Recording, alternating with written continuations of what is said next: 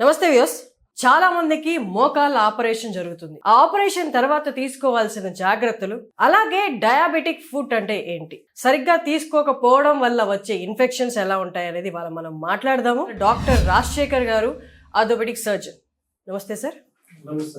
Sir, తగిన జాగ్రత్తలు తీసుకోకపోతే పోస్ట్ సర్జరీ చాలా మందికి ఇన్ఫెక్షన్స్ వస్తుంటాయి. స్టిల్ డాక్టర్స్ సజెస్ట్ చేసిన కొన్ని పద్ధతులు పాటించాలని, కొందరికి ఇన్ఫెక్షన్స్ ప్రివేల్ అవుతుంటాయి. ఎందుకని వస్తుంటాయి సార్? దానికి ప్రివెన్షన్ ఏంటి? సో ఇన్ఫెక్షన్స్ అనేది ఒక్క కారణం వల్ల రావు మనకి.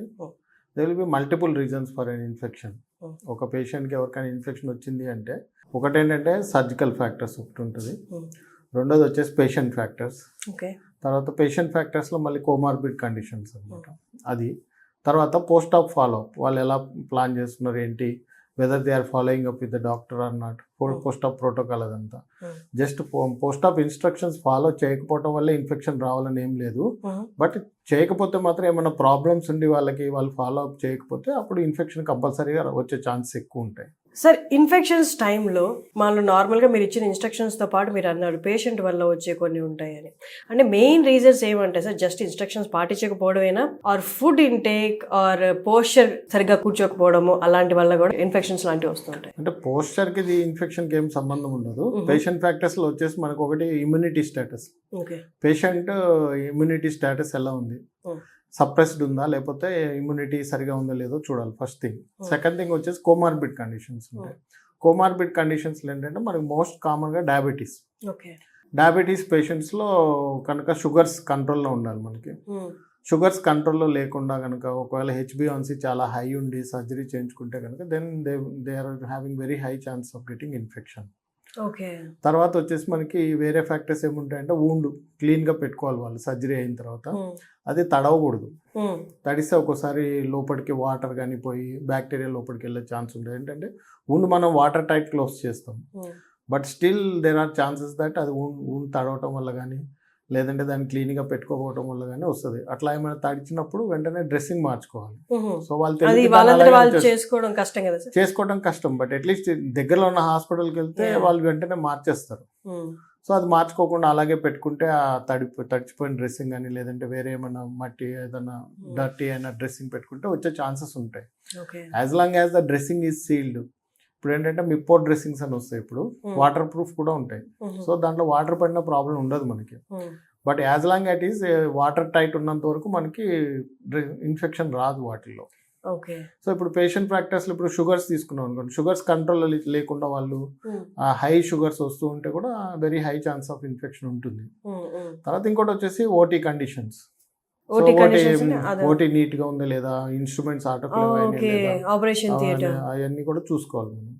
So personal movement in the operation theatre. So usually restrict personal movement అనమాట. ఒకసారి ఓటీలోకి వెళ్ళిన తర్వాత ఎవరు బయటికి వెళ్ళడానికి లేదు. ఎవరెవరైతే పని చేస్తారో వాళ్ళే ఓటీలో ఉండాలి. We don't allow any visitors. కొంతమంది అలా వచ్చి ఓటీలోకి వచ్చి చూసి వెళ్తూ ఉంటారు. సో ఓటీస్ లాక్ చేసేస్తాం, ఎవరిని రానియం. సో స్టెరిలిటీ అవన్నీ మెయింటైన్ చేయాలి మనం ఓటీలో. సో ఓటీలో మెయింటైన్ చేస్తే ఇన్ఫెక్షన్ రాకుండా ఉంటుంది. బట్ ఓటీలో ఇవన్నీ మనం స్టెరిలిటీ మెయింటైన్ చేసినా కూడా సమ్టైమ్స్ పేషెంట్ ఫ్యాక్టర్స్ వల్ల, ఇమ్యూనిటీ వల్ల, షుగర్ వల్ల వాళ్ళకి ఇన్ఫెక్షన్ వచ్చే ఛాన్సెస్ అయితే ఉంటాయి. ఓకే, నార్మల్గా సార్ ఆపరేషన్ చేసేటప్పుడు షుగర్ పేషెంట్స్ని కన్సిడర్ చేసుకుంటారు కదా, వాళ్ళ షుగర్ లెవెల్స్ ఎలా ఉన్నాయి అని రైట్ నా, అంటే I mean during the operation period ఆ లెవెల్సే వాళ్ళు కంటిన్యూస్గా మెయింటైన్ చేస్తూ ఉండాలా? పోస్ట్ ఆపరేషన్ కూడా ఫ్లక్చువేషన్స్ అనేవి ఇన్ఫెక్షన్ కాజా, లేకపోతే షుగర్ లెవెల్స్ ఇంక్రీజ్ అనేది ఇన్ఫెక్షన్ కాజ్? అంటే షుగర్ లెవెల్ ఒక్కసారి 2 సార్లు పెరిగినంత మాత్రం ఇన్ఫెక్షన్ రాదు. ఓకే. సో ఏంటంటే ప్రియాప్ షుగర్స్ ఎట్లా ఉన్నాయి దాన్ని మనం ముందే కంట్రోల్ చేయాలి. సర్జరీకి ముందు కంట్రోల్ చేసుకొని కొంచెం పేషెంట్ కూడా ఏమవుతుందంటే షుగర్స్ ఎక్కువ ఉన్నప్పుడు పేషెంట్ మెటబాలిజం కూడా దెబ్బతింటుంది కొంచెం. So because is not fed properly. So అది కూడా మనం ఇంప్రూవ్ చేయాలి. జనరల్ కండిషన్ కూడా పేషెంట్ ఇంప్రూవ్ చేసి తీసుకోవాలి సర్జరీకి. ఓకే.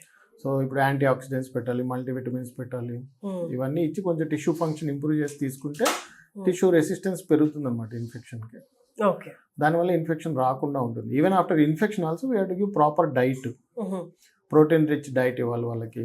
సో మనకేంటంటే ఇక్కడ చాలా ప్రాబ్లమ్ ఉంది, we'll have lot of vegetarians. మళ్ళీ ఆ వెజిటేరియన్స్లో కూడా చాలా మంది ఉంటారు, ఎగ్టేరియన్స్ ఉంటారు, చికెన్టేరియన్స్ ఉంటారు. ఓకే, సో దాంట్లో కొంతమంది ప్యూర్ వెజ్ అని ఉంటారు, జైన్ వెజ్ అని ఉంటారు. Okay, so we're not always truly veg. And protein problem వీళ్ళలో ఏంటంటే ప్రోటీన్ మాల్ న్యూట్రిషన్ ఉంటుంది. So plant protein complete protein కాదు అది. So you have to add some యాడ్ చేసుకోవాలి మనం. ఎగ్ యాడ్ చేయాలి, లేదంటే సపోజ్ దాల్ తింటాం కదా, dal is not complete protein, కొన్ని అమినో యాసిడ్స్ డెఫిషియెంట్ ఉంటాయి. So we have to supplement those amino acids if they are completely on vegetarian diet. Soya beans కానీ అలాంటివి యాడ్ చేయాలి వాళ్ళకి డైట్లో. యాడ్ చేసి ప్రోటీన్ డెఫిషియన్సీ రాకుండా చూడాలి మనం. So because after surgery they require lot of protein, so అలాగే ఫ్యాట్స్ ఇవన్నీ కావాలి. సో కాబట్టి మనం డైట్ మొత్తం మెయింటైన్ చేసి షుగర్స్ కంట్రోల్ చేస్తే సరిపోతుంది. షుగర్స్ అంటే ఇప్పుడు సర్జరీ అయిన తర్వాత they will be always fluctuating because of pain అనమాట. సర్జరీ పెయిన్ వల్ల షుగర్స్ ఎప్పుడు కంట్రోల్లో ఉండవు. బట్ ఏంటంటే హాస్పిటల్ ఉన్నంత వరకు మేము ఎవ్రీ 8 hours చెక్ చేసి కరెక్ట్ చేస్తాం. But by the time we're discharging they will be almost will be having an idea how much dose of insulin to give to control the sugars. So ఒకవేళ అయినా కూడా వాళ్ళకి కొంచెం fluctuate అవుతూ ఉంటాయి. అయినప్పుడు ఏం చేస్తామంటే వాళ్ళకి ఇంటికి వెళ్ళినప్పుడు ఎవ్రీ 2 days 3 days ఒకసారి షుగర్స్ చెక్ చేసి చెప్తూ ఉంటే మనకి we adjust the dose on phone. So అది ఎట్లా ఉంటుందంటే వాళ్ళకి పెరుగుతూ వెళ్తుంది రిక్వైర్మెంట్, తర్వాత మళ్ళీ తగ్గుతూ వస్తుంది అనమాట. రిక్వైర్మెంట్ ఆఫ్ ఇన్సులిన్ కానీ మెడికేషన్ కానీ పెరుగుతూ వెళ్తుంది, మళ్ళీ తగ్గుతూ వస్తుంది అనమాట. సో అంటే వాళ్ళకి పెయిన్ తగ్గిపోయి వాళ్ళు జనరల్ గా కొంచెం ఇంప్రూవ్ అయినాక ఏమవుతుందంటే sugars pain related sugar fluctuations రావన్నమాట ఎక్కువ. సో దానివల్ల ఏమవుతుందంటే డోస్ ఆఫ్ ఇన్సులిన్ కూడా తగ్గుతూ వస్తుంది. కాబట్టి వాళ్ళు హైపోగ్లైసెమియాలోకి వెళ్ళకుండా చూసుకోవాలి. మళ్ళీ అదొకటి ఉంటుంది ఇంటి దగ్గర. సో వాళ్ళకి ఇంట్లో చాక్లెట్స్ కానీ గ్లూకోజ్ కానీ పెట్టుకోమని చెప్తాం. సో ఒకవేళ ఏమైనా చెమటలు వస్తుంటే షుగర్స్ డౌన్ అయితే they will take 1 spoon of glucose నాలుగు కింద పెట్టేసుకుంటే సరిపోతుంది. వెంటనే గ్లూకోజ్ పెరిగిపోయి సెట్ రైట్ అయిపోతుంది. Then immediately we start reducing the dose. Sir అలాగే డయాబెటిక్ ఫుడ్ అంటే ఏంటి? డయాబెటిక్ ఫుడ్ అంటే డయాబెటీస్ ఉన్న వాళ్ళలో ఫుడ్లో వచ్చే ఇన్ఫెక్షన్స్ అనమాట. సో వాళ్ళలో ఏమవుతుందంటే దీంట్లో there are many reasons for it. ఆ ఇన్ఫెక్షన్స్ తగ్గవు. ఎందుకు అంటే they will not have proper blood circulation first thing. Second thing ఏంటంటే వాళ్ళకి డయాబెటిక్ న్యూరోపతి కూడా ఉంటుంది. వాళ్ళకి సెన్సేషన్ ఉండదు first. That is where the whole problem starts అనమాట. సెన్సేషన్ లేనప్పుడు ఏమవుతుందంటే వాళ్ళు వేడి నేల మీద నడవటము, దానివల్ల వాళ్ళకి బర్న్స్ లాగా బ్లిస్టర్స్ లాగా వచ్చేసి ఇప్పుడు చెప్పులు హై షుగర్స్ ఉన్న వాళ్ళకి సెన్సేషన్ ఉండదా సార్? అట్లా ఏమి ఉండదు మనకి. డయాబెటీస్ అనేది every body reacts differently for sugars. ఇప్పుడు కొంతమంది ఉంటారు వాళ్ళకి షుగర్స్ పెద్ద ఎక్కువే ఉండవు, but they will have diabetic nephropathy neuropathy వచ్చేస్తుంది. కొంతమందికి షుగర్స్ చాలా హై ఉంటాయి but they don't develop any complications. They are very happily living with high sugars. So everybody reacts differently. So మనం కూడా ప్రతి వాళ్ళని ఇండివిజువల్ గానే చూడాలి, అంతేగాని we cannot generalise that because your sugars are high it is like this అట్లా అని చెప్పడానికి లేదు. కొంతమంది ఏంటంటే బీపీ తక్కువే ఉంటుంది బట్ 150 స్ట్రోక్ వస్తుంది. కొంతమంది 200 బీపీ ఉన్నా కూడా స్ట్రోక్ రాదు కదా. So it all depends, we cannot go. But ఏంటంటే హౌ ద వాస్కులేచర్ ఈస్ అదంతా ఉంటుంది. అలాగే డయాబెటీస్లో కూడా అంతే అనమాట. But uncontrolled long term diabetes sugars అట్లా ఉంటే they will definitely develop diabetic neuropathy. Neuropathy వచ్చినప్పుడు ఏమవుతుందంటే బ్లడ్ వెజల్స్కి సరిగ్గా సంకేతాలు పోక blood supply they will B high in the initially. తర్వాత ఏమవుతుందంటే వాళ్ళకి డయాబెటీస్ వల్ల బ్లాక్స్ వస్తాయి. బ్లాక్స్ వచ్చి they don't get blood supply also. In డయాబెటీస్లో problem ఏంటి అంటే ఇన్ఫెక్షన్ వచ్చినప్పుడు దట్ ఆ ఇన్ఫెక్షన్ దగ్గరలో ఉండే వెజల్స్ అన్నీ కూడా మీకు థ్రాంబోస్ వచ్చేసి బ్లడ్ సప్లై పోదు అక్కడికి. సో దానివల్ల నెక్రోసిస్ వచ్చేసి మనం ఇచ్చే యాంటీబయాటిక్స్ కానీ బ్లడ్ సప్లై థ్రాంబోసిస్ అంటే రక్తం గడ్డలు కట్టడం. నెక్రోసిస్ అంటే టిష్యూ డెడ్ అయిపోవడం.